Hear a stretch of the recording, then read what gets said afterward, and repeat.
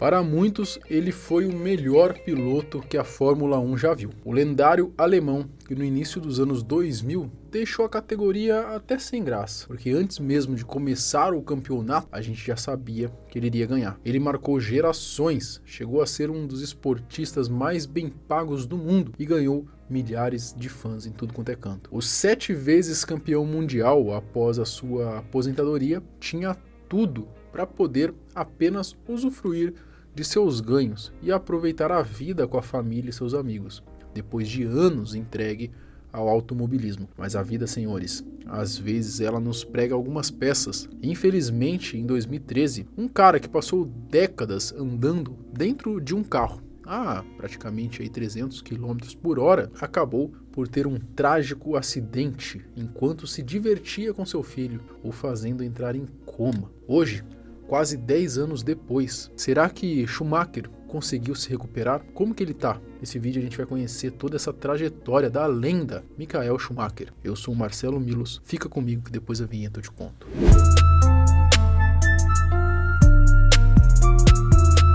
Michael Schumacher é, sem sombra de dúvidas, um dos maiores automobilistas da história do esporte. Mais uma vez brilhou a estrela de Michael Schumacher. Os fãs do alemão Michael Schumacher já começam a sonhar com o hexacampeonato na Fórmula 1. Vence Schumacher e dá mais um show na Fórmula 1. O alemão é só 7 vezes campeão da principal categoria. Detém inúmeros recordes, incluindo o maior número de campeonatos, empatando com Lewis Hamilton em mais corridas ganhas em uma única temporada, na de 2004. Em 2002, ele se tornou o único piloto na história da Fórmula 1 a terminar entre os 3 primeiros em todas as corridas, em um mesmo campeonato. Além disso, ele foi inspiração para vários pilotos que vieram depois. Schumacher era a cara da Fórmula 1 numa época em que a categoria tinha ainda mais visibilidade do que hoje. O início.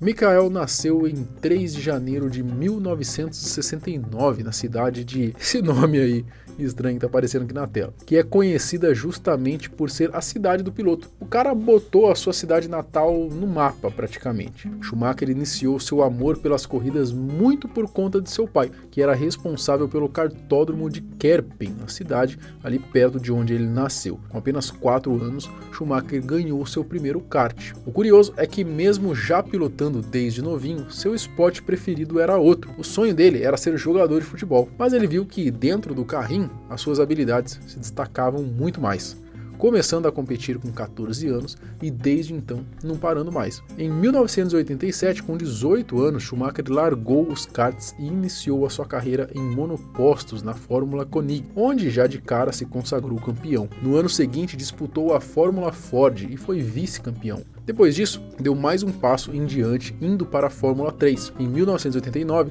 terminou em terceiro no campeonato e no ano seguinte conquistou seu segundo título de categorias de base, se a gente pode dizer assim. Vendo que o alemão tinha futuro, em 1990, Michael foi escolhido em um programa de formação de jovens pilotos promissores, financiado pela Mercedes-Benz. Lá, ele continuou seu desenvolvimento, competiu no campeonato de protótipos e fez algumas corridas na DTM, até que em 1991 teria uma chance no campeonato mais importante do mundo e não a desperdiçaria, se tornando uma lenda. A sua chance na Fórmula 1 veio de uma maneira não muito convencional. Em 1991, o piloto belga que corria pela Jordan, Bertrand Gachot, ele foi preso por envolvimento em um acidente de trânsito. A Mercedes-Benz viu uma oportunidade de colocar em campo um de seus pilotos de testes e pagou $300 mil a Jordan pela vaga que Schumacher assumiria no Grande Prêmio da Bélgica. Michael foi convidado a disputar a prova em apenas uma corrida. Ele chamou a atenção ao conquistar a 7ª posição na classificação, inclusive a de Flavio Briatore, que era o chefão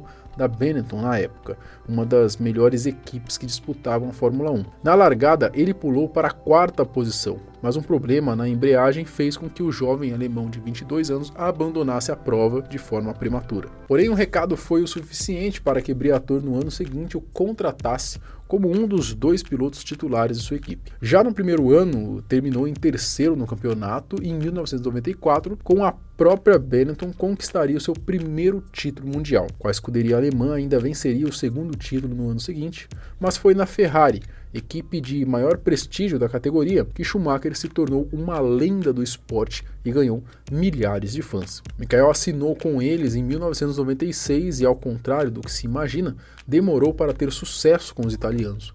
O piloto só foi vencer o seu primeiro título mundial com a Ferrari em 2000, tirando finalmente o peso e conquistando o tricampeonato. Depois desse vieram mais 4 seguidos. Schumacher dominava. Ele tinha o melhor carro? Provavelmente, mas ele também era acima da média dos outros. Com o Rubinho de parceiro de equipe também, isso até que ajudava bastante. Aliás, eu acho até que caberia um vídeo da gente falando aqui do Rubinho e todo aquele meme dele ser devagar, né, que o cerca como se fosse uma assombração. Poucos sabem, mas o próprio Rubinho revelou que muitas das corridas aí ele era orientado a não vencer e até mesmo a deixar Schumacher a passar. Grande Rubinho, né? Um dos caras mais injustiçados pelos brasileiros, porque a carreira que ele teve não é para qualquer um. Pedir perdão pra uma pessoa, o nome dela é Rubens Barrichello. Enfim, o ano de 2006 foi a última temporada de Schumacher com a Ferrari e a sua primeira aposentadoria. Nesse ano, ele quase venceu o campeonato pela 8ª vez, mas acabou sendo superado pelo espanhol Fernando Alonso. Após essa temporada, ele acabou se aposentando, mas em 2010, eu acho que aquele bichinho da adrenalina, né, de estar na pista aí novamente, acabou pegando o alemão, que aos 41 anos voltou aonde ele foi consagrado, dessa vez representando a equipe da Mercedes.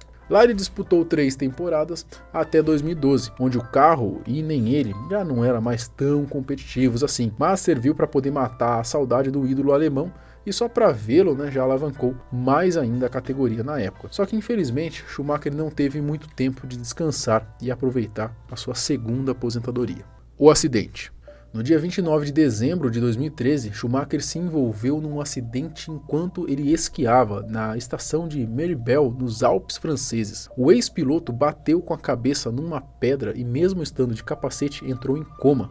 O impacto da batida foi tão violento que o capacete do ex-piloto da Ferrari se partiu em 2. Michael estava esquiando por uma área não delimitada entre 2 pistas marcadas naquele momento, o que acabou sendo o maior erro de sua vida. Mas não era perigoso, era tranquilo. Tava o filho e o namorado da filha esquiando junto com ele. E aí eles estavam indo por um lado e o Schumacher parou e falou assim, não, que aí é perigoso, vem por esse lado. Aí eles vieram e eles foram. Aí ele começou a descer. A hora que ele desceu, ele pegou uma pedra e ele não viu. A pedra deu um tranco, fez um impulso nele, que aí ele foi de cabeça. Ele foi atendido rapidamente por 2 patrulheiros e levado de helicóptero 15 minutos depois para o hospital local. E depois ele foi encaminhado para um hospital aí mais especializado, digamos assim, o Hospital de Grenoble, um centro regional ali que era focado e especializado no tratamento de lesões cerebrais.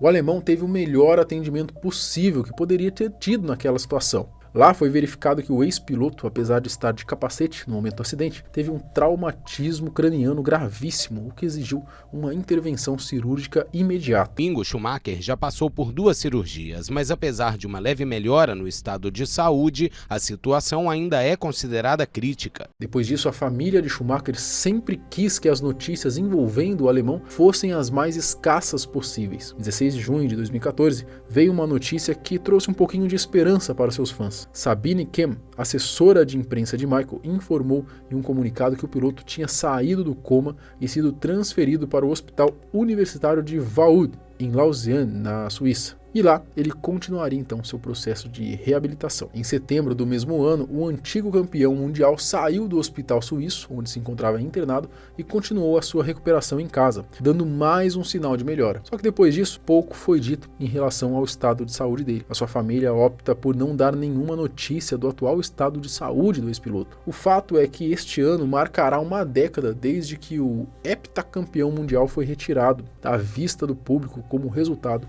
de sua paralisia e incapacidade de se comunicar. No entanto, chegaram a ter notícias de que médicos iniciaram um novo tipo de tratamento no campeão e informaram que ele estava reagindo bem. Foi relatado em 2019 que Schumacher havia recebido um tratamento com células-tronco para poder reduzir a inflamação e logo depois deram a entender de que ele estava consciente após a cirurgia. Disseram também que se Schumacher continuasse reagindo assim, existiria a possibilidade de recuperação, mesmo que reduzida. Mas, no início desse ano, Eddie Jordan, que era o dono da Jordan, equipe em que Schumacher andou aí pela primeira vez na Fórmula 1 e que é amigo próximo da família, disse numa entrevista que Schumacher está lá, mas não está lá, dando a entender que talvez ele possa estar inconsciente, talvez em estado vegetativo, enfim, a gente não sabe. Outra curiosidade que fica sobre o caso é saber o quanto é gasto nesse processo todo que a família está fazendo para manter Michael com eles aí todo esse tempo, né, esse tratamento. Em 2016, o diário britânico The Sun divulgou que a família do ex-piloto alemão estaria gastando cerca de 20 milhões de reais por ano em tratamento. Hoje em dia, provavelmente pode ser até mais, né? O mesmo The Sun também divulgou em 2013, pouco antes de sofrer o acidente, que a fortuna do alemão estava avaliada em cerca de 36,6 bilhões de reais. Enfim, Michael Schumacher já está imortalizado para sempre na história aí do mundo, né? Infelizmente, a gente não sabe se em algum momento ele irá voltar. Mas me conta aqui, se você se lembrava aí da história, né? Conhecia já o Michael Schumacher, tinha pegado aí essa era dele aí de vitórias. E o que você acha que vai acontecer com ele? Você acha que em algum momento ele pode voltar? Inclusive a história do Michael Schumacher me lembrou muito a história do Robson Shiba, né? Na verdade, a história do Robson Shiba lembra a história do Schumacher, porque o Robson Shiba foi depois, né? E o Shiba, ele já tá bem melhor, né? A gente vê ele ali no Instagram, ainda tá bem complicada a situação dele, mas ele tá já respondendo, né? Ele junto com todos aqueles cuidados médicos que ele tem. Já o Schumacher, a gente tá um pouco carente aí de informações do estado dele. É isso, o vídeo de hoje foi esse, espero que vocês tenham gostado, a gente se vê no próximo, tchau.